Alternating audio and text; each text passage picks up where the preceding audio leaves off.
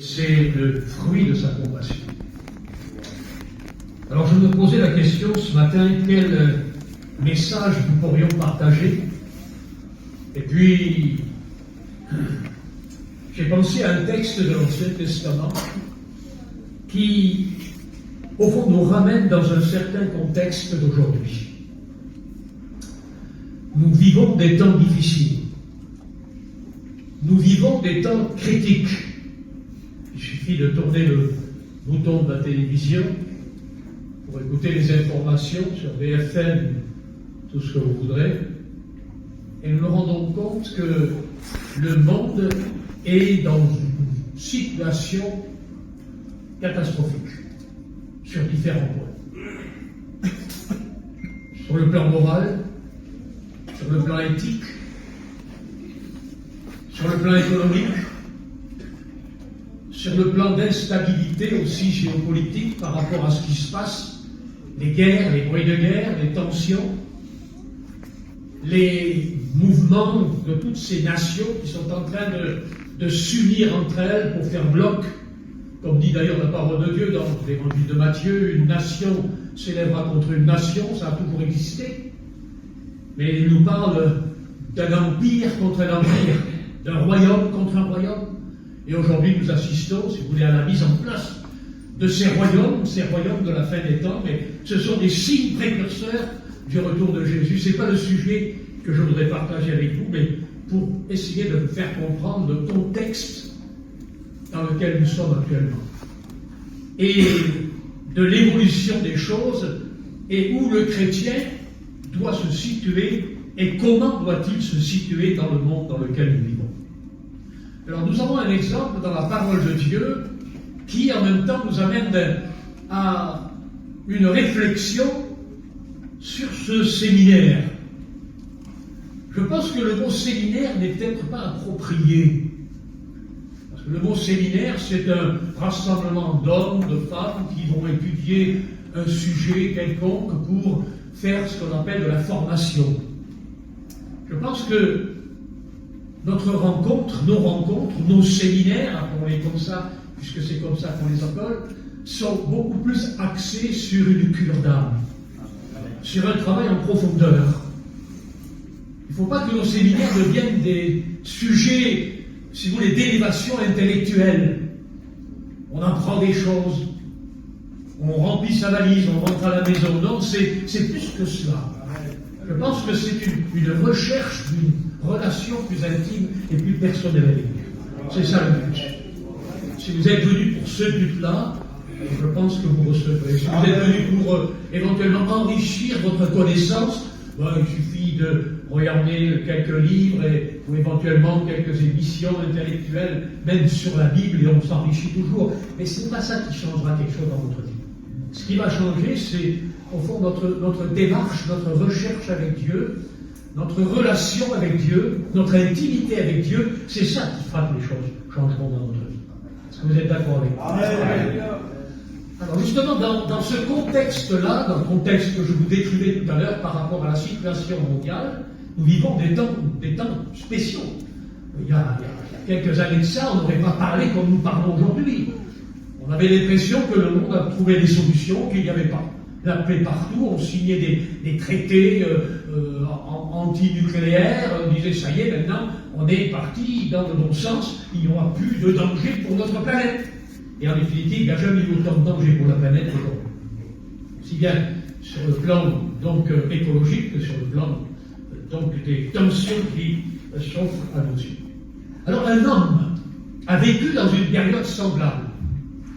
Dans l'Ancien Testament, on le trouve au chapitre 17 du premier livre des Rois. C'était la même situation. Il y avait comme, en quelque sorte, un jugement de Dieu sur la nation d'Israël.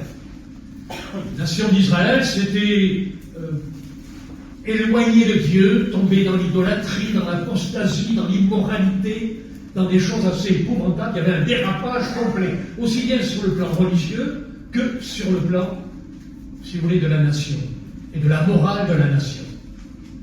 Et Dieu va susciter des hommes, bien sûr. Parce que, comme nous le disions hier, comme notre frère nous le disait hier, Dieu a compassion. Et Dieu envoie des hommes pour exprimer, pour faire connaître sa compassion. Et essayer de ramener son peuple à la raison. Ramener son peuple à une bonne intelligence spirituelle et surtout à la repentance. Parce que c'est le but de Dieu. Il ne peut pas y avoir de restauration sans repentance. C'est le principe biblique. Dieu ne restaurera pas pour restaurer, il restaure à condition qu'à la base, il y ait un travail de repentance.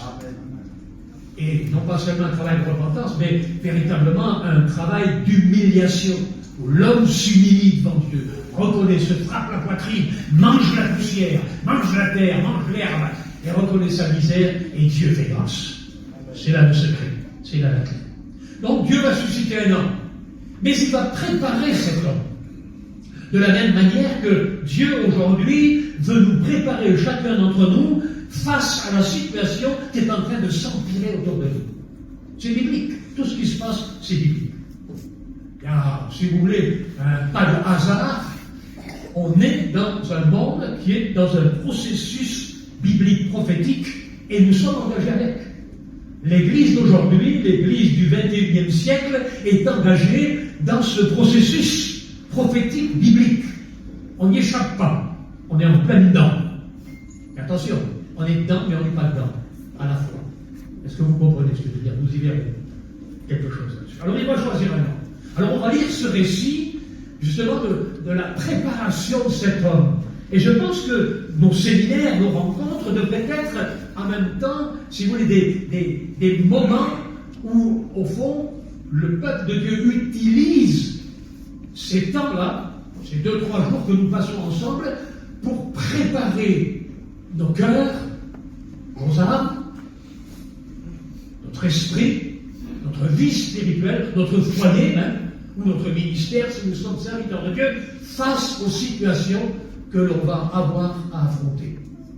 Il est important aujourd'hui, plus que jamais, de passer le stade de la religion évangélique, quelle qu'elle soit, pour entrer dans une véritable intimité et relation avec Dieu. Amen. Important. Ne pas tomber dans le piège, si vous voulez, de la suffisance évangélique. D'abord, le terme évangélique n'est plus une garantie aujourd'hui. C'est plus une garantie. Évangélique, ça ne veut plus dire et rien dire. C'est plus une appellation contrôlée. On ne peut plus contrôler ce qui se passe, il suffit de regarder les réseaux sociaux, il y a tout et n'importe quoi. Donc l'appellation évangélique n'a plus, si vous voulez, de garantie spirituelle. C'est comme le vin de Bordeaux. Quand on boit du vin de Bordeaux, on ne sait pas si ça ne vient pas du Midi ou ça ne vient pas du Languedoc.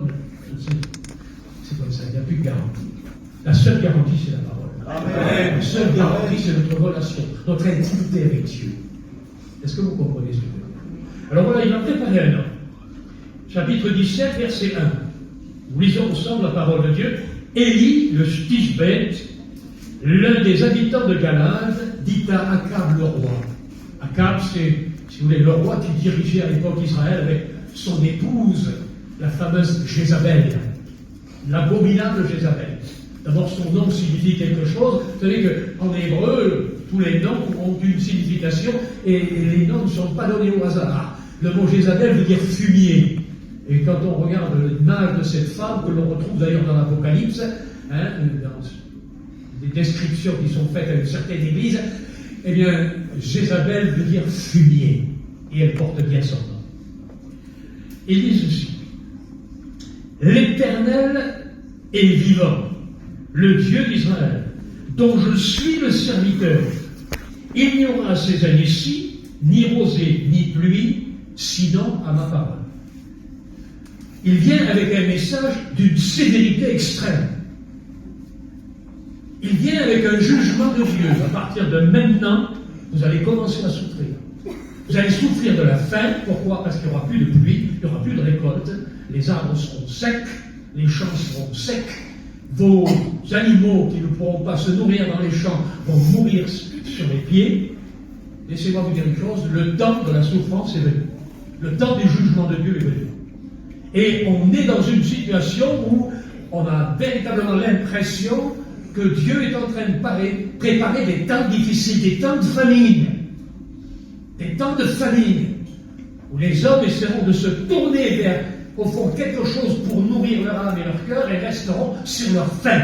Mais il y a aussi une autre fin que l'on trouve dans le livre d'Osée au chapitre 3, verset 11, je crois, je ne me rappelle plus exactement, et pas trop la mémoire, mais et sinon chapitre 8, verset 11.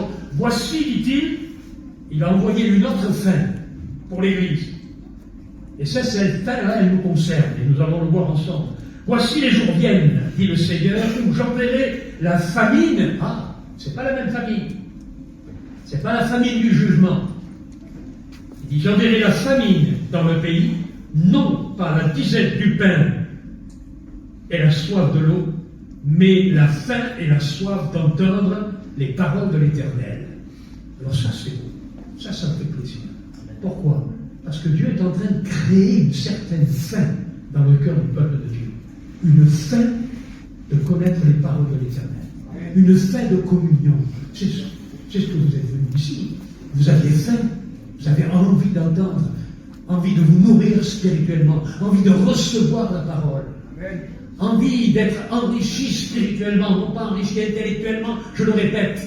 On peut s'enrichir intellectuellement. Mais surtout spirituellement. Enrichi spirituellement. Une faim et une soif des paroles de l'Éternel. Alors regardez, restons sur notre texte.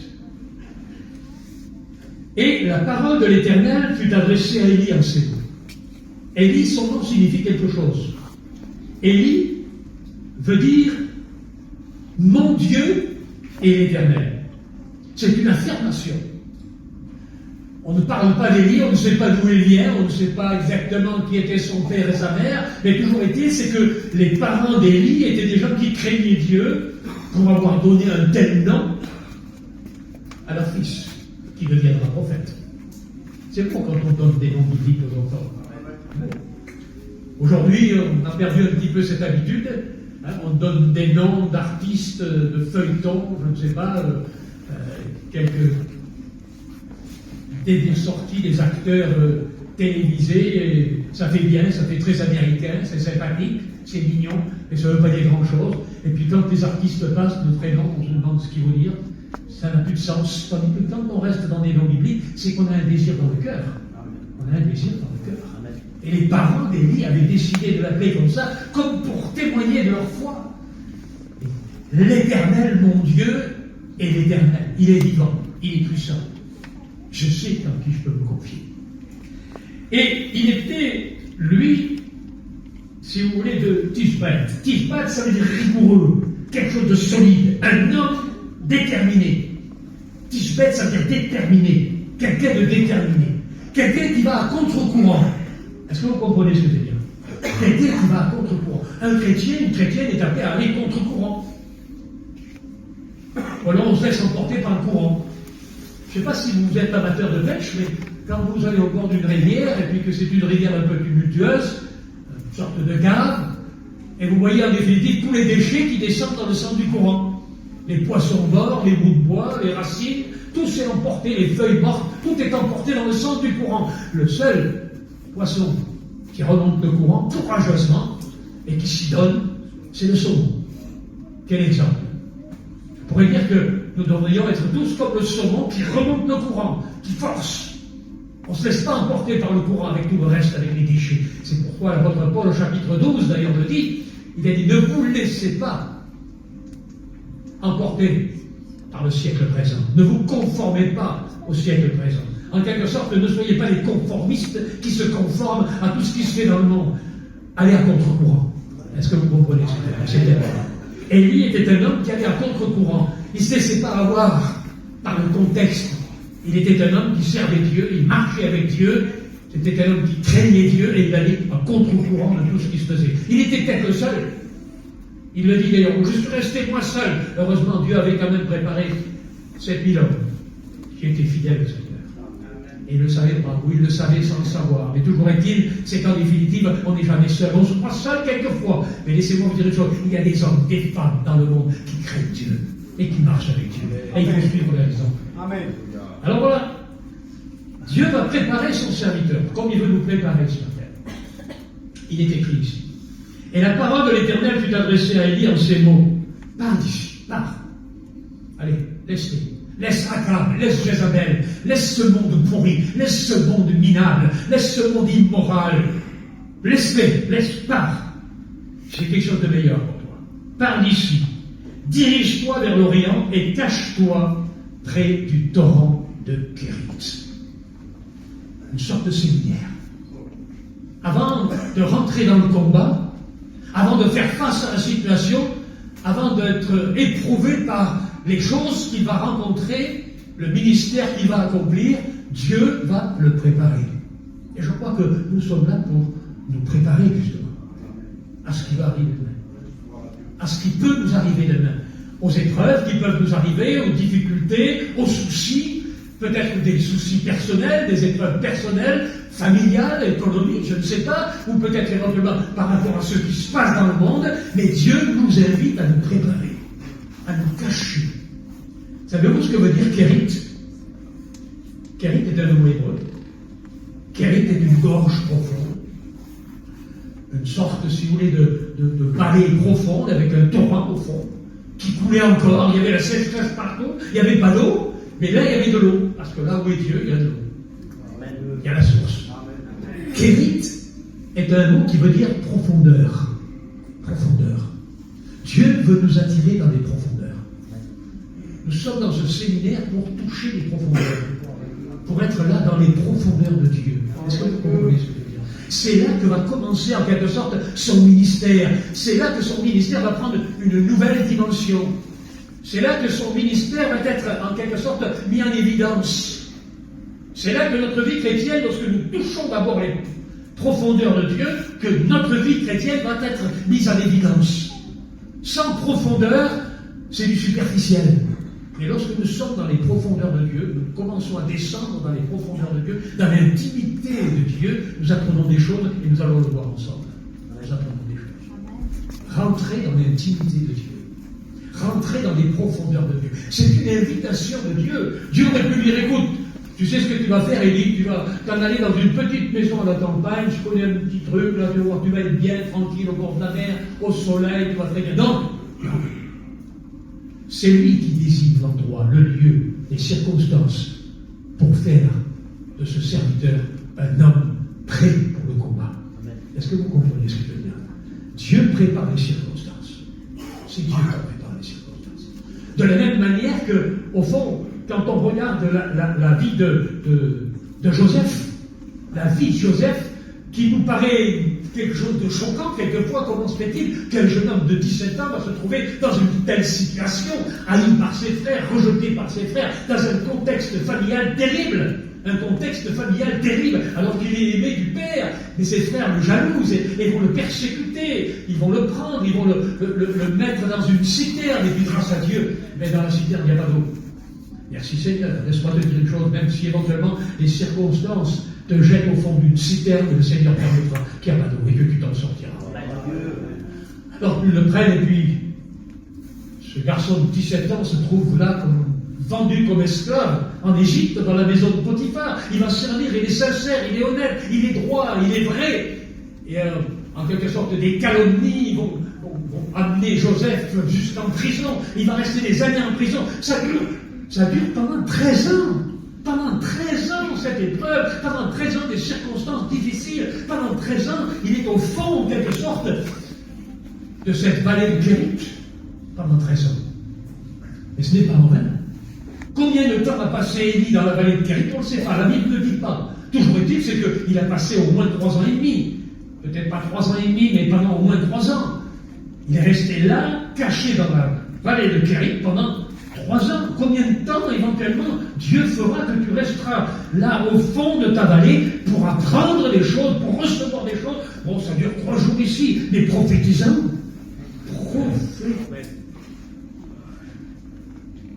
Il faut en profiter, c'est important. Le temps que nous passons ici, il faut en profiter. C'est important. Est-ce que vous êtes d'accord avec moi? C'est important. Faites le maximum pour en profiter. Ne loupez pas une réunion. Ne perdez pas votre temps dans des discussions inutiles. Restez concentrés sur ce qui se fait, sur ce qui se dit, sur des partages spirituels, sur des témoignages entre vous. Si on casse en quelque sorte cette atmosphère spirituelle du séminaire, alors on risque de perdre le bénéfice du séminaire. peut ensemble à parler de ceci, de cela, des projets, de changement de voiture, de mariage, de business, tout ce que vous voulez. Et on casse l'atmosphère, on casse le bénéfice de ce Seigneur. Restons dans le spirituel, restons dans l'atmosphère spirituelle, restons à Kérit, ne sortons pas de Kérit, restons à Kérit. Restons à Kérit. Est-ce que vous comprenez ça? Et Joseph est resté 13 ans à Kérit.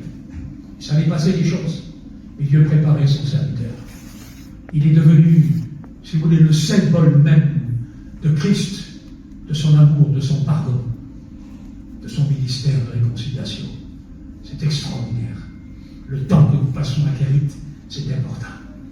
C'est beau l'agitation des conventions, c'est beau aussi quelquefois l'agitation des groupes. On est là, on est pris dans le rythme des groupes, les responsabilités et ceci et cela. On fait son business, on est là, on est occupé, on est content d'avoir des belles places, des beaux terrains de football, c'est beau tout ça. Mais Kérit, c'est plus important. Le temps que nous passons face à Dieu, face avec Dieu, est plus important que tout le reste. Même si c'est bon, les conventions, même si c'est bon, éventuellement les groupes, l'été, c'est bien, merci Seigneur, il y a des choses qui se passent, des bonnes choses qui se passent. Mais même quand vous êtes avec votre groupe, je ne sais pas, sur la Côte d'Azur ou ailleurs, n'oubliez pas Kérit. Il y a des moments où vous devez descendre à Kérit. Dieu vous appelle à Kérit. Dieu vous appelle à Kérit.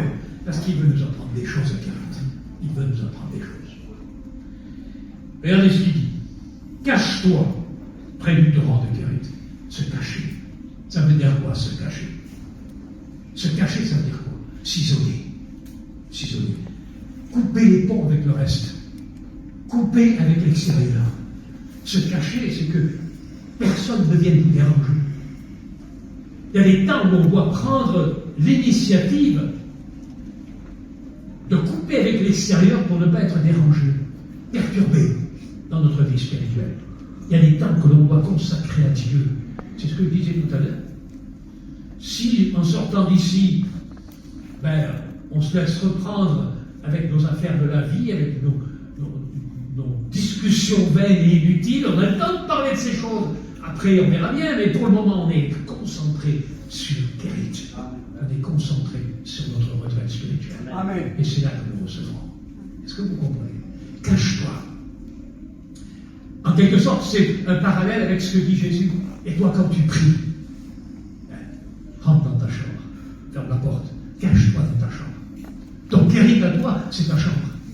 Ton Kérit à toi, c'est le moment où, dans ta caravane, tu te mets dans un petit coin, ou peut-être avec ta voiture, tu t'arrêtes dans un bois, et puis tu te mets à prier, tu passes du temps devant Dieu, tu cherches sa face, tu cherches sa présence, tu cherches l'onction, on en a tant besoin. Est-ce que vous comprenez ce que je veux dire? Cache-toi. Amen. Cache-toi. Est-ce que tu t'es déjà caché? Il y a les prières collectives, c'est normal, on prie ensemble, l'assemblée les uns après les autres. Nos prières sont bien souvent un peu calculées, on essaye de réfléchir à ses mots, on essaye de réfléchir à son vocabulaire, on s'exprime par rapport à ce que les autres entendent, et c'est normal. On parle aussi avec son cœur, bien sûr, on ne néglige pas ces prières-là, elles sont nécessaires, les prières dans l'assemblée sont nécessaires, et il y a des moments où il faut se cacher pour prier. Tu sais pourquoi tu te caches pour prier? Parce qu'il y a des choses que tu veux dire à Dieu que tu ne diras pas dans l'assemblée. Amen. Tes douleurs, tes peines, tes larmes, tes souffrances, les peines dans ton foyer, les souffrances que tu as, les incompréhensions, les calomnies, les harcèlements peut-être que tu reçois sur le téléphone, je ne sais pas, il y a multitude de choses qui peuvent nous attrister, nous troubler. Alors cache-toi, cache-toi, dis à Dieu, cache-toi pas avec Dieu. C'est important de se cacher.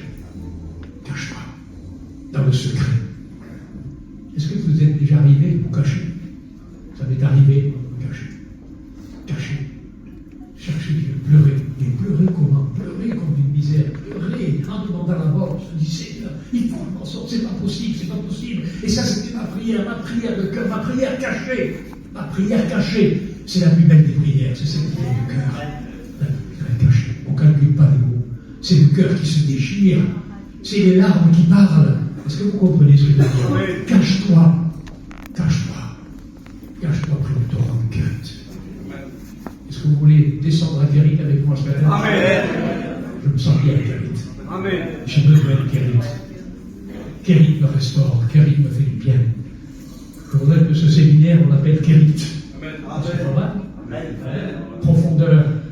Profondeur dans les compassions de Dieu, comme disait notre frère hier.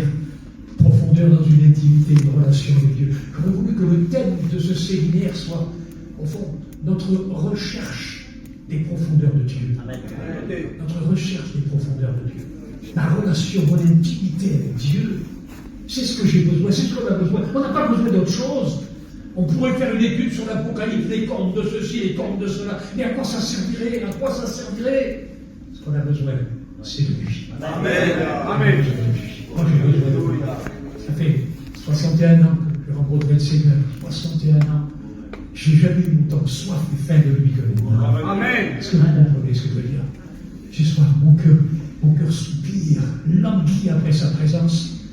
Mon cœur soupire et languit après sa présence. Trop d'occupation, trop d'activité, tue l'intimité. Est-ce que vous comprenez ce que je veux dire? Trop d'activité tue l'intimité. La routine de l'activité tue l'intimité.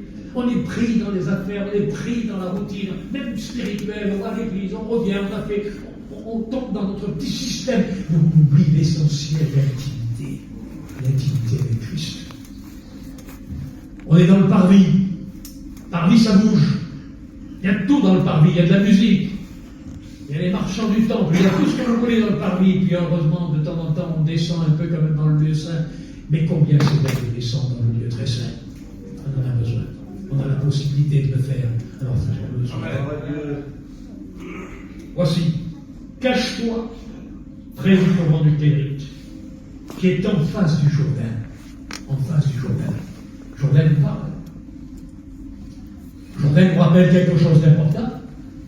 Jourdain, c'est en quelque sorte le passage de l'esclavage à la terre promise. Du désert pendant 40 ans à la terre promise. C'est ça le Jourdain. On a tous notre Jourdain, on a tous vécu notre Jourdain. Quand on rend témoignage, on parle de notre Jourdain. On parle de notre Jourdain. Il y a deux pas entre le Jourdain et Kérit. 2 pas. S'il n'y a que le Jourdain, il manque quelque chose. On a le Jourdain, mais il faut Kérit. On a le Jourdain, on a fait notre expérience. J'ai fait mon expérience il y a 61 ans. J'ai eu mon Jourdain, je suis passé de l'esclavage, de la misère, du péché, à la liberté. En Christ. Mais si je n'aurais pas eu mon Kérit, ben je serais resté en arrière, je serais toujours au bord du Jourdain. Vivant avec mon passé. C'est bon le passé, c'est vrai qu'on témoigne, on parle du passé, on parle de ses expériences passées. J'ai fait ça, j'ai été là-bas, j'ai ceci, j'ai cela. Mais ce qui m'intéresse, c'est pas ce que tu as fait, c'est ce que tu fais aujourd'hui.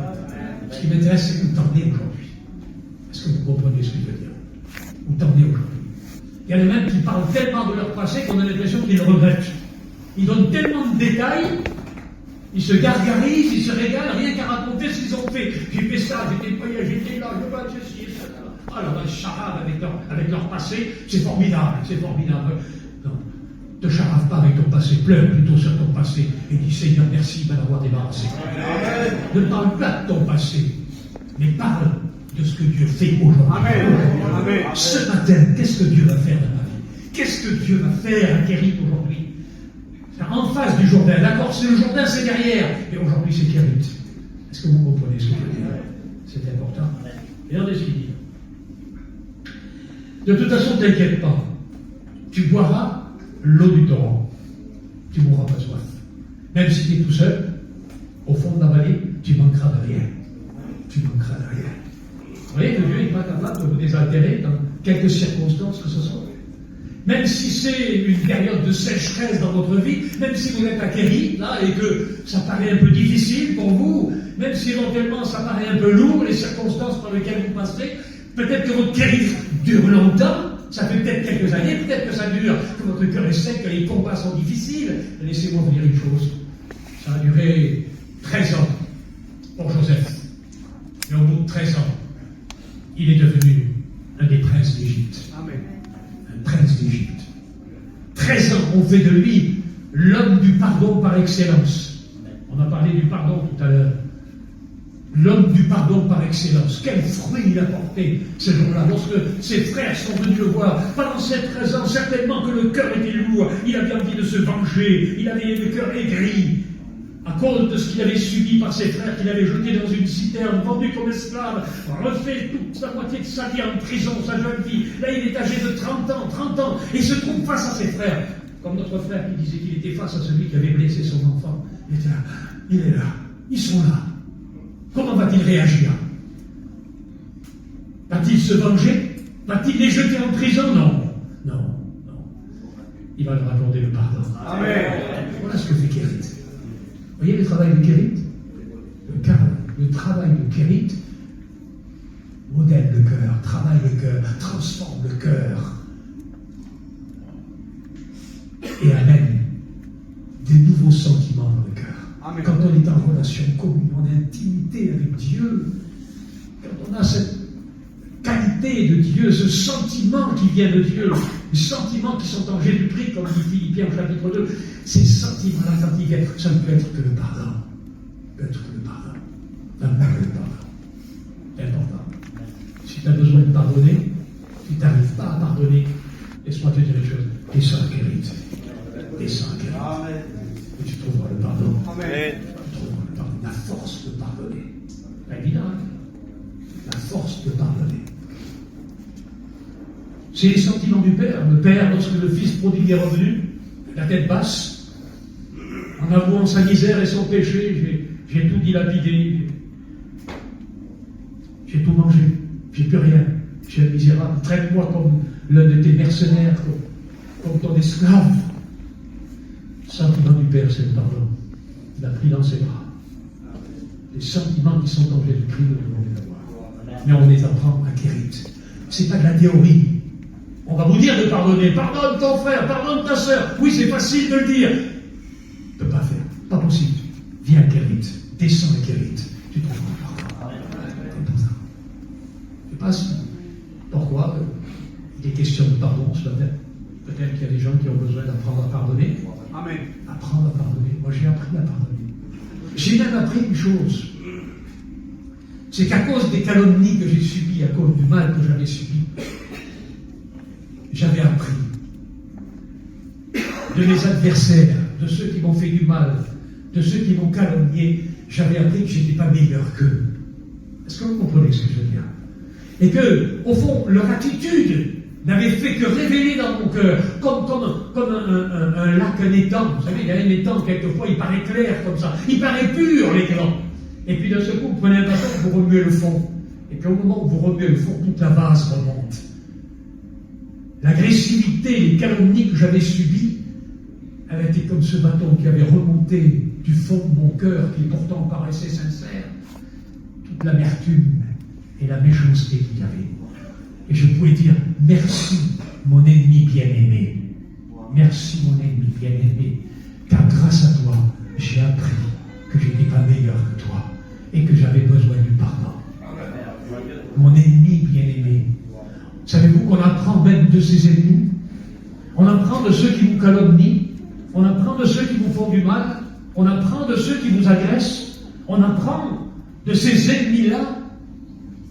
Les plus grandes leçons de la vie, c'est celle du pardon. Parce qu'il vous a agressé, comment avez-vous réagi en agressant? En rendant injure pour injure, agression pour agression? Non. Lorsque vous descendez à Kérit, vous apprenez, en définitive, vous n'êtes pas meilleur que les autres. Et que si vous avez eu besoin du pardon, vous devez apprendre aussi à pardonner. C'est ça, Kérit. Et c'est peut-être le Kérit de ce matin. C'est peut-être ton Kérit ce matin. Est-ce que vous comprenez ce que je veux dire? C'est peut-être ton Kérit. C'est pas facile. Hein, c'est pas facile.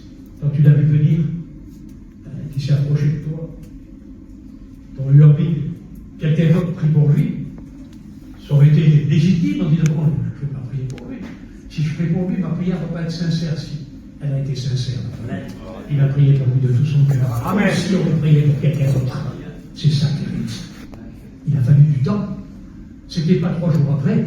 C'était combien de temps après? Hein?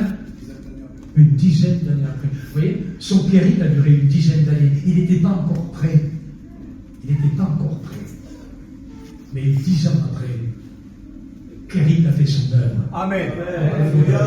Et il est capable de pardonner et de prier pour lui. Je ne sais pas si j'aurais été capable, à moins que je ne sois aussi passé par mon Kérit.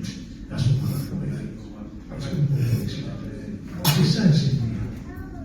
Le séminaire, c'est un aller en profondeur. Est-ce que vous voulez descendre à Thierry?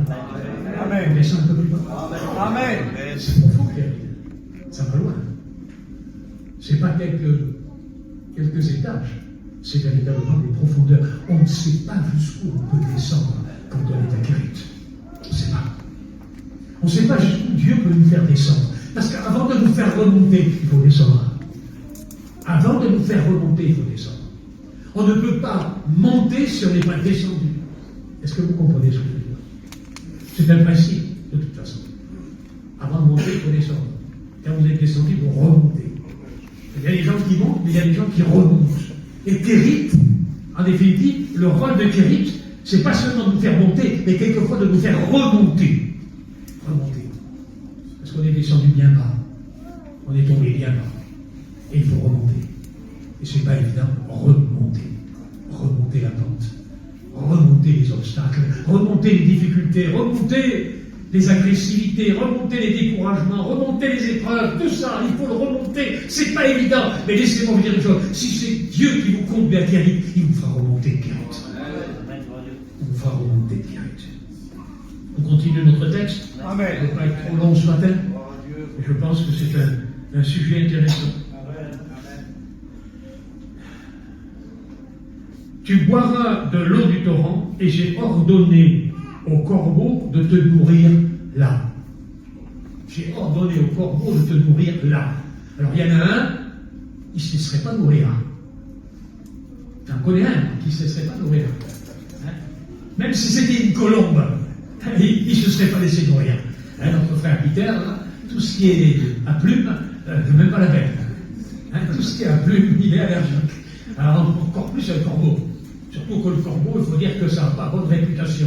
C'est un charognard. C'est l'animal le plus impur qu'il peut y avoir.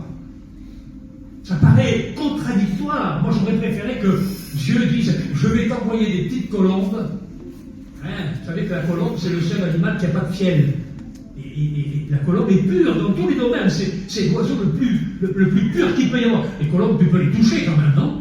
Même pas, il ne peut même pas toucher la colombe. Alors comment on va faire le Saint-Esprit s'il tombe dessus comme une colombe? Tu vas dire...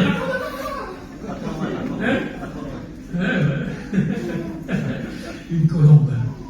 Dieu n'a pas choisi une colombe. Il a choisi un corbeau. Pour nourrir à Thierry, son prophète, il a choisi un corbeau. Laissez-moi vous dire une chose, je suis peut-être un corbeau pour vous ce matin. Mais en tout cas, le corbeau, il est là. Vous voyez, les ailes noires du corbeau sont là. Il vole, et puis il vient vers chacun d'entre vous pour essayer de vous apporter la nourriture. Amen. Vous avez Amen. C'est un corbeau, il est là le corbeau. Les petites ailes du corbeau. Il arrive tout doucement. J'ai ordonné au corbeau de te nourrir. Comment Dieu donne des ordres aux animaux? Il a ordonné aux poissons d'avaler Jonas et de le rejeter sur la plage. C'est formidable ça. Il a donné des ordres à la pêche miraculeuse. Allez, tous les poissons du lac, là, jetez-vous dans le filet de pierre, là. Les poissons, on va se faire prendre. T'as fait rien, allez hop, allez-y dans le filet de pierre. Quel miracle, quelle chose extraordinaire. Quel Dieu étonnant, quel Dieu bizarre. Est-ce que Dieu vous étonne toujours? Si Dieu ne vous étonne pas, ne vous étonne plus, alors posez-vous la question. Amen. Moi, je veux qu'il m'étonne toujours. Dieu. Moi, je veux que Dieu m'étonne. Dans les petites choses, dans des grandes choses, et je veux que Dieu m'étonne. Quand des fois j'écoute une prédication d'un petit étudiant, je me régale, il m'étonne. C'est bien, c'est pas possible. Quelle beauté, c'est, tu m'étonnes. Dieu m'étonne toujours. Il a pris un homme de 90 ans passé, et il a fait un miracle avec lui, il lui a donné un fils. La pauvre Sarah, elle avait 90 ans, imaginez-vous. Abraham avait 100 ans. Y a-t-il quelque chose d'étonnant de la part de l'Éternel? Quand même bizarre. Quand même bizarre. On a un Dieu bizarre. On en parlera dans les jours à venir. On a un Dieu bizarre, un Dieu qui nous étonne, un Dieu qui m'étonne. Laissez-vous étonner par Dieu. Amen. Dans l'intimité avec Dieu, dans ce périple que nous sommes en train de passer, laissez-vous étonner par Dieu. Laissez-vous étonner. Vivez des nouvelles choses. Des choses que vous n'avez jamais vécues encore. Des expériences que vous n'avez jamais vécues. Vivez ces choses-là. À Kérit, c'est le moment de vivre des choses étonnantes de la part de Dieu. Peut-être que vous allez vivre une onction particulière. Peut-être un chant céleste. Dieu va vous étonner. peut-être une prophétie, Dieu va nous étonner. Peut-être un message de notre frère ou de moi-même, Dieu va nous étonner. Laissez-vous étonner. Je veux que Dieu nous étonne dans ce séminaire. Je ne veux pas tomber dans la routine. Je ne veux pas un séminaire pour un séminaire. Je veux sortir en étant subjugué, étonné, en disant, pardonnez, c'est pas possible, quel côté. Dieu m'étonne. Est-ce que vous comprenez? Que Dieu nous étonne. Et laissez Dieu faire.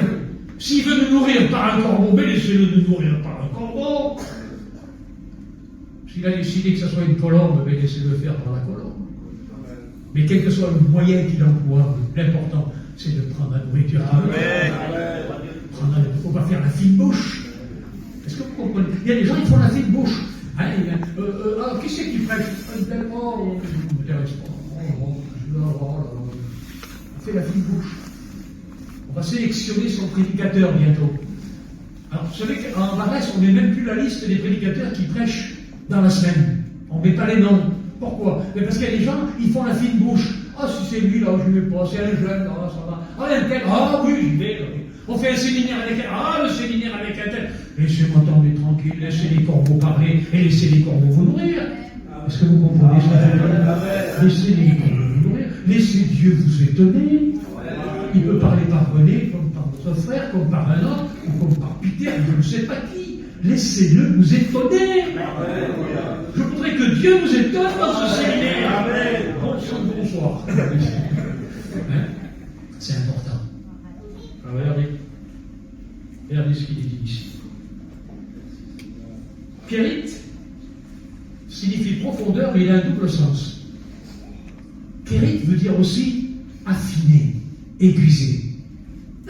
Bon. Kérit veut dire affiner, aiguiser. C'est un double sens. Ça arrive qu'en hébreu, les mots ont un double sens. Profondeur, et le but de la profondeur, c'est d'aiguiser, d'affiner, de donner, si vous voulez, en quelque sorte, de la valeur. Quand on affine l'or, on lui donne de la valeur. Vous avez du 14 carats, vous le fondez, il ne va pas vous rester grand-chose, mais vous allez en faire du 22 carats. Le peu qui vous restera, vous risquez d'en faire du 22 carats. Ça prend de la valeur, ça affine. Vous prenez un diamant, et puis vous le taillez, il est gros comme ça, mais qu'une fois que vous l'avez taillé à Anvers, voilà, ou à Amsterdam, ou même à Tel Aviv, il va peut-être être gros comme l'ongle. Mais enfin, il a été affiné, il a plus de valeur que le gros caillou. Vous comprenez ce que je veux dire? Terrible veut dire affiner. Dieu veut nous affiner. Donner de la valeur. Il veut nous donner du précieux. Il veut nous faire comprendre des choses précieuses que Dieu veut révéler en nous. Alors il faut laisser l'affineur faire son travail. Il faut laisser l'affineur faire son travail. Il faut laisser le joaillier faire son travail. Ça va faire mal peut-être. Les coups de ciseaux, les coups de marteau dans le diamant. Il y en a peut-être qui vont dire c'est dommage. Laisse faire Dieu. Laisse Dieu affiner ta vie dans ce séminaire. Est-ce que vous comprenez ce que je veux dire? Laisse Dieu affiner ta vie. Il y a des choses qu'il faut qui disparaissent dans ta vie. Il y a des choses qu'il faut que ça change. Il y a des choses dont tu dois te débarrasser. C'est ça, Kérit. Kérit, c'est affiner. Tu boiras l'eau du torrent. C'est pas un petit ruisseau qui coule à moitié desséché ou une eau nauséabonde qui sort d'une quelconque citerne crevassée. Non, c'est l'eau du torrent. L'eau du torrent. Abreuve-toi ce matin à l'eau du torrent. Est-ce que vous comprenez ce que je veux dire? Amen. Abreuve-toi à l'eau du torrent. C'est important. Et le corbeau lui amenait de la nourriture. Tous les jours, le corbeau partait, il allait chez McDonald's, il prenait un petit hamburger et puis il l'amenait à Élie. Vous voyez que c'est ça? Il y en a trop qui vont chez McDo. Le McDo, le fast-food spirituel, le fast-food. Et ils oublient qu'en définitive, la meilleure nourriture, elle vient du ciel. Même si c'est envoyé par le corbeau, elle vient du ciel. Amen. Elle vient du ciel. C'est lui qui connaît le menu. C'est lui qui connaît les protéines dont nous avons besoin. Est-ce que vous comprenez ce que je veux dire? Les protéines dont ma vie spirituelle a besoin, il les connaît. Il sait le dosage. Il sait ce qui est nécessaire. Il connaît les vitamines spirituelles dont mon cœur a besoin, mon âme a besoin pour grandir, pour me fortifier, pour me nourrir spirituellement. Aujourd'hui, hélas, on mange tout et n'importe quoi. On mange tout. sur les réseaux sociaux, on mange tout. On prend tout. Le bon et le mauvais, on prend tout. Et plus de mauvais que de bon en plus. On se nourrit avec n'importe quoi, avec du fast-food spirituel. On ne cherche pas à aller dans le torrent guéri pour se nourrir et attendre que Dieu vous amène la nourriture dont vous avez besoin. On voudrait que ce soit tout de suite. Alors on ouvre Facebook, on ouvre les réseaux sociaux, on ouvre TikTok, je ne sais pas quoi là, et puis on se nourrit avec ça. Ah c'est bon, là, on en voit partout. Mais on ne sait même pas quelle est la qualité de ce qu'on nous offre. On n'a même pas l'intelligence spirituelle pour faire le tri, pour savoir ce qui est bon et ce qui n'est pas bon. Est-ce que vous comprenez ce que je veux dire? Il n'y a qu'à Kérit que c'est bon. Amen. Parce que tout est à Kérit. C'est dans sa présence, en communion, en relation, en intimité avec lui, que je reçois la nourriture spirituelle dont j'ai besoin. Et c'est ce matin ce que nous avons besoin, de recevoir cette nourriture. Voici, j'ai ordonné au corbeau de te nourrir là. Il y a des endroits où Dieu va nourrir, il y a des endroits où Dieu ne nourrira pas. Dieu a des endroits précis. Et je crois que ce matin, c'est là. C'est pas là-bas, c'est là. Dieu connaît l'endroit. Dieu connaît le lieu. Dieu connaît les circonstances. Dieu connaît le moment où nous avons mis à part ce temps de retraite spirituelle pour que nous puissions là, ici, pas ailleurs, là, recevoir de Dieu la bénédiction de la grâce dont nous avons besoin. Vous êtes venu chercher quelque chose? On n'est pas venu pour passer 2-3 jours de détente en Corse, joli pays. Non. On est véritablement venu pour un but. Recevoir de Dieu là. C'est là. Ça sera là pour toi ce soir, c'est là. Ça sera quoi pour toi aujourd'hui? C'est là. C'est pas ailleurs, c'est là. C'est là que Dieu nous veut. C'est là que Dieu nous voulait. C'est là qu'il a choisi. Alors c'est là qu'on recevra. Est-ce que vous comprenez ce que je veux dire? C'est pas à côté, c'est là. Là. Quand on est à Kérit, c'est là qu'il donne. Quand on est dans sa présence, c'est là qu'il donne. Il accorde la grâce, qui nous bénit, qui nous fortifie, qui nous encourage. Alors regardez. Il partit et il fit selon la parole de l'Éternel. Il n'a pas discuté. Il n'a pas discuté. Quelquefois on discute. Oui, Seigneur, c'est bien, mais moi je pense que. Non. Le moi je pense que n'a rien à faire là-dedans. Est-ce que vous comprenez ça? Ton opinion n'a rien à faire. Quand Dieu dit quelque chose, ton opinion ne compte pas. Ton raisonnement ne compte pas. Ton expérience passée ne compte pas. Quand Dieu dit quelque chose et qu'il fait quelque chose et qu'il te demande quelque chose, obéis. Amen. Il partit et fit selon la parole de l'Éternel. Fit selon la parole de l'Éternel. J'aime ce mot-là. Il fit selon la parole de l'Éternel. Sans discuter. Si on veut être béni, il faut l'obéissance. Amen. Amen. Ce que nous recevons ici, au cours de ces méditations que nous allons voir ensemble, c'est la parole de l'Éternel, je pense. C'est la parole de Dieu. Nous mettons là aussi en action dans notre vie. Faisons comme il dit. Il fit selon la parole de l'Éternel. Et regardez ce qu'il dit. Et il alla s'établir près du torrent de Kérit, qui est en face du Jourdain. Il n'a pas discuté. Il n'a pas dit, Seigneur, tu crois que. Est-ce que ça ne serait pas mieux, peut-être, éventuellement, il y a un petit village là-bas avec des palmiers. Je connais une petite source que personne ne connaît, c'est pas mal, on pourrait passer quelques années là-bas, en attendant que la sécheresse passe et que la famine s'arrête. Tu ne crois pas? On ne discute pas. Laisse faire mieux. Amen. Est-ce que vous êtes d'accord avec moi? Amen. Si Dieu a décidé comme ça, c'est que c'est le meilleur pour toi. C'est le meilleur. Vous ne croyez pas que Dieu veut le meilleur pour vous? Vous ne croyez pas que Dieu veut le meilleur pour vous? Moi, je crois. Dieu veut le meilleur pour nous. Même si ça paraît un peu choquant, un peu bizarre. Parce qu'on a un Dieu bizarre. On a un Dieu bizarre. Mais moi, ça m'est égal. Ça ne me dérange pas d'avoir un Dieu bizarre. Je lui fais confiance. Et s'il me dit d'aller à Kérit, c'est à Kérit que j'irai. Et c'est là que je recevrai. Et c'est là que je serai béni. Il descendit. Et il alla s'installer. C'est-à-dire, en quelque sorte, il alla demeurer. Son but, ce n'était pas de faire un passage. Et je crois que là, il y a un enseignement important pour nous. Il ne faut pas que le séminaire soit un passage. On va passer 2 jours ensemble, 2-3 jours ensemble, à Kérit. Et puis de ce coup, on va prendre la valise, on s'en va. Il ne faut pas que ce soit le passage. Il faut que nous demeurions. Il faut demeurer dans l'esprit de Kérit, dans la recherche de Kérit, dans la démarche de Kérit, dans la position de Kérit. Est-ce que vous comprenez? Quand on va partir, quand on va rentrer en Chambourcy, ou je ne sais où, ou en Cheval, ou je ne sais pas quoi, laissez-moi vous dire une chose, il faut amener Kérit avec nous. Il ne faut pas le laisser ici à Ajaccio. Amen. Il ne faut pas le laisser dans la valise en disant ben, ça verra la prochaine fois, on verra bien, dans 6 mois on fera un autre mission séminaire et on reprendra Kérit. Donc, il faut que Kérit soit dans notre vie constante. Il faut demeurer à Kérit. Amen. Amen. Demeurer, s'installer, habiter à Kérit. Habiter à Kérit, même si ça paraît un peu difficile, quelquefois un peu lourd, un peu austère, parce que c'était austère Kérit. Hein. C'était pas la vallée verte, hein, je ne sais pas. Hein. C'était austère Kérit. C'était la rocaille qui descendait dans le fond d'un trou, puis il y avait un ruisseau en bas qui coulait. C'était austère Kérit. On n'avait pas l'envie de rester constamment à Kérit, on avait envie de sortir un petit peu de Kérit et de vivre autre chose. Il faut bien vivre, la vie est faite au fond aussi un petit peu de plaisir et puis un petit peu de ces choses-là. Maintenant, c'est vrai. Il y a un peu d'équilibre malgré tout. Mais le cœur doit rester à Kérit. Le cœur doit rester à Kérit. Est-ce que vous voulez rester à Kérit? Amen. Pas pour 2 jours, pas pour cet après-midi, ce soir, demain, et puis encore jusqu'à lundi matin. Restez à Kérit. C'est là le secret de la bénédiction.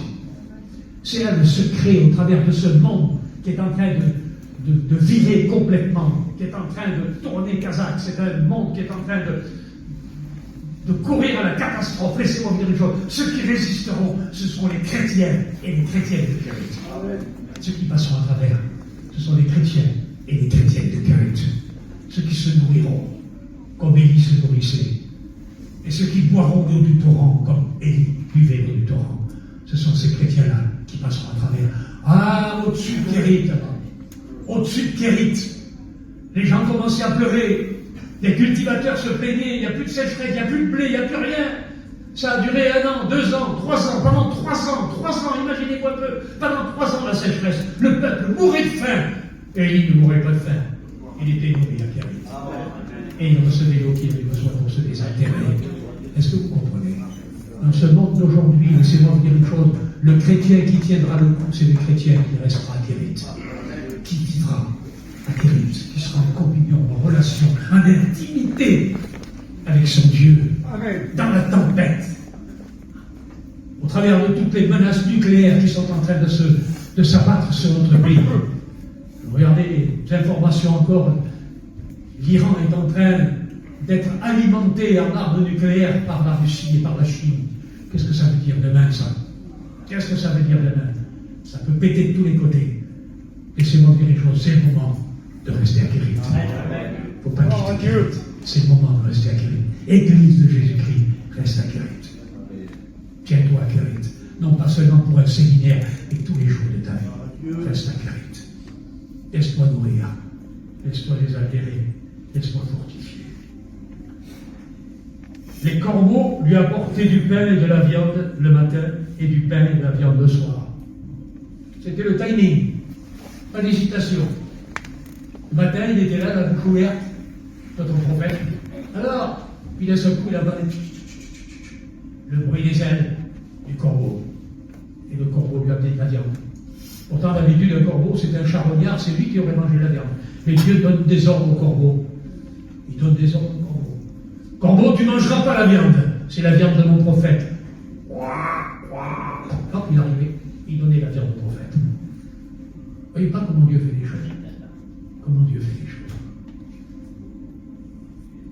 Oh, je suis étonné, ça me bouleverse. Corbeau. Je crois, oui Dieu, je crois. Il allait piquer un truc à McDonald's et il l'amenait à Kérit pour le prophète. Et il nourrissait son prophète le matin et le soir. Il n'allait même plus chiner. Il n'allait même pas travailler. Il se laissait nourrir par Dieu. Pas formidable, ça. Il y en a qui se tuent. Je ne parle pas du travail. Il faut travailler, c'est normal. Et il y en a qui se tuent. Et puis en définitive, ils n'ont rien. Ils meurent de faim. Je parle spirituellement. Ils meurent de faim. Laisse-toi nourrir à Kérit. Tu n'auras pas Amen. faim. Tu n'auras pas faim. Amen. Est-ce que tu comprends ce que je dis? C'est important. 2 fois par jour, il avait du pain et il avait de la viande. Du pain et de la viande. Il n'y avait plus de pain en Israël. Plus de pain. Il n'y avait plus de blé. S'il n'y a plus de blé, il n'y a plus de pain. Les boulangers étaient en faillite. Les bouchers n'avaient plus de viande. Il n'y avait plus que des cadavres dans les campagnes. Tous les animaux mouraient de faim et de soif. Il n'y avait plus rien, plus rien, plus rien. Mais à Kérit, il y avait toujours ce qu'il fallait. Toujours ce qu'il fallait. Il y avait du pain, et il y avait de la viande. De quoi prendre les forces. De quoi passer l'épreuve. De quoi passer l'épreuve. C'est ça Kérit. Dieu nous donne le moyen de passer l'épreuve. Formidable ça quand même. Dieu nous donne le moyen de passer les épreuves qui vont s'abattre sur le monde. Le seul moyen de s'en sortir, je le dis et je le répète ce matin, le seul moyen de s'en sortir, ça va être pour l'Église de Jésus-Christ, pour nous, pour moi, pour vous, d'être acquéris, Amen. d'être attaché à sa présence, attaché à sa communion, à son intimité, et se laisser nourrir par Dieu. Je ne dis pas qu'il ne faut pas les gêner, mais je parle spirituellement parlant. Spirituellement parlant, c'est ce qui nous donnera la force de passer ce temps de famine. Alors, il buvait l'eau du torrent. Alors, il y a une petite conclusion qui m'a intéressé. Mais au bout d'un certain temps, le dernier verset, et le verset 7, au bout d'un certain temps, il y a un temps où il a passé peut-être 1 an, 2 ans, j'en sais rien, au bout d'un certain temps, il n'y avait plus d'eau dans le torrent. Un jour, il se lève le matin de bonne heure, mon petit Élie, il était habitué, hein. Il recevait sa petite nourriture, le corbeau qui arrivait tous les matins, tous les soirs. Un jour, il se lève le matin de bonne heure, il dit, tiens, je vais aller prendre mon petit déjeuner. Il attend, assis sur le rocher, pas de corbeau. Ah, il dit, je vais boire un coup, il s'approche du ruisseau, pas d'eau, pas d'eau, pas d'eau, pas d'eau. Le ruisseau est sec. Au bout d'un certain temps, le ruisseau est sec. Au bout d'un certain temps, le corbeau ne vient pas. Qu'est-ce que ça veut dire, ça? Qu'est-ce que ça veut dire, ça? Ça veut dire aussi qu'en définitive, il faut apprendre à se nourrir. Il ne faut pas toujours rester la bouche ouverte en disant « Allez, donne-moi la béquée ». Comme les petits oiseaux. Les petits oiseaux dans leur nid, la mère vient, elle leur ramène un petit verre, un petit truc, un petit grain de blé. Elle arrive, elle se met au bord du nid, le petit oiseau, il ouvre la bouche, là, il ouvre le bec. Et la mère lui laisse descendre le petit verre dans la gorge, ou éventuellement le petit grain de blé, et il est tout content. À un moment donné, la mère arrive, il n'y a rien. Il n'y a rien. Alors l'oiseau commence à piailler, ah, qu'est-ce que c'est? Comment ça se fait? Il n'y a plus rien. Allez, saute du nid, et apprends à voler, apprends à t'assumer. Est-ce que vous comprenez ce que je veux dire? Il y a des moments où, quelquefois, Dieu nous demande d'apprendre à nous assumer, apprendre à faire l'effort nécessaire. Et il va vivre une nouvelle expérience, on ne va pas en parler ce matin, mais il va vivre une nouvelle expérience. Dieu va l'envoyer dans la maison d'une veuve, à Sarepta, une maison d'une veuve, et là il va être nourri par la veuve. Dieu a des façons différentes de nous nourrir. Il nous nourrit dans un séminaire, il peut nous nourrir ailleurs. Il peut nous nourrir dans une caravane, il peut nous nourrir dans une maison, il peut nous nourrir dans une famille, il peut nous nourrir d'une multitude de façons. Le principal, c'est de se nourrir et d'être à l'écoute de Dieu et de recevoir de Dieu ce dont nous avons besoin. Voilà un petit peu, si vous voulez, le thème que j'avais choisi avec vous ce matin. Apprendre à descendre à lui. Amen. Est-ce que vous êtes prêts pour le voyage? Adieu. Est-ce qu'on descend ensemble avec elle? C'est escarpé, hein? Il faut se tenir, hein? On va aller jusqu'en bas. Il y aura peut-être des vents contraires. Il y aura peut-être des coups de téléphone qui vont vous décourager. Il y aura peut-être de l'adversité. Il y aura peut-être, je ne sais pas moi, peut-être un peu de fatigue. Ou peut-être 1000 idées qui vont vous passer par la tête pour vous décourager. Mais laissez-moi dire une chose. Descendez à Kérit. C'est là la réalité de la bénédiction que nous recevrons de la part de Dieu. Si nous descendons à Kérit, c'est là qu'il nous attend ce matin. C'est là. Pas ailleurs. Il me dit d'ailleurs, c'est là. Il emploie le mot, c'est là. L-A avec un accent. C'est-à-dire, c'est cet endroit-là. Ce matin, c'est là. C'est là que Dieu nous attend, Marguerite. On prie le Seigneur ensemble. Amen. Merci Seigneur pour ta grâce.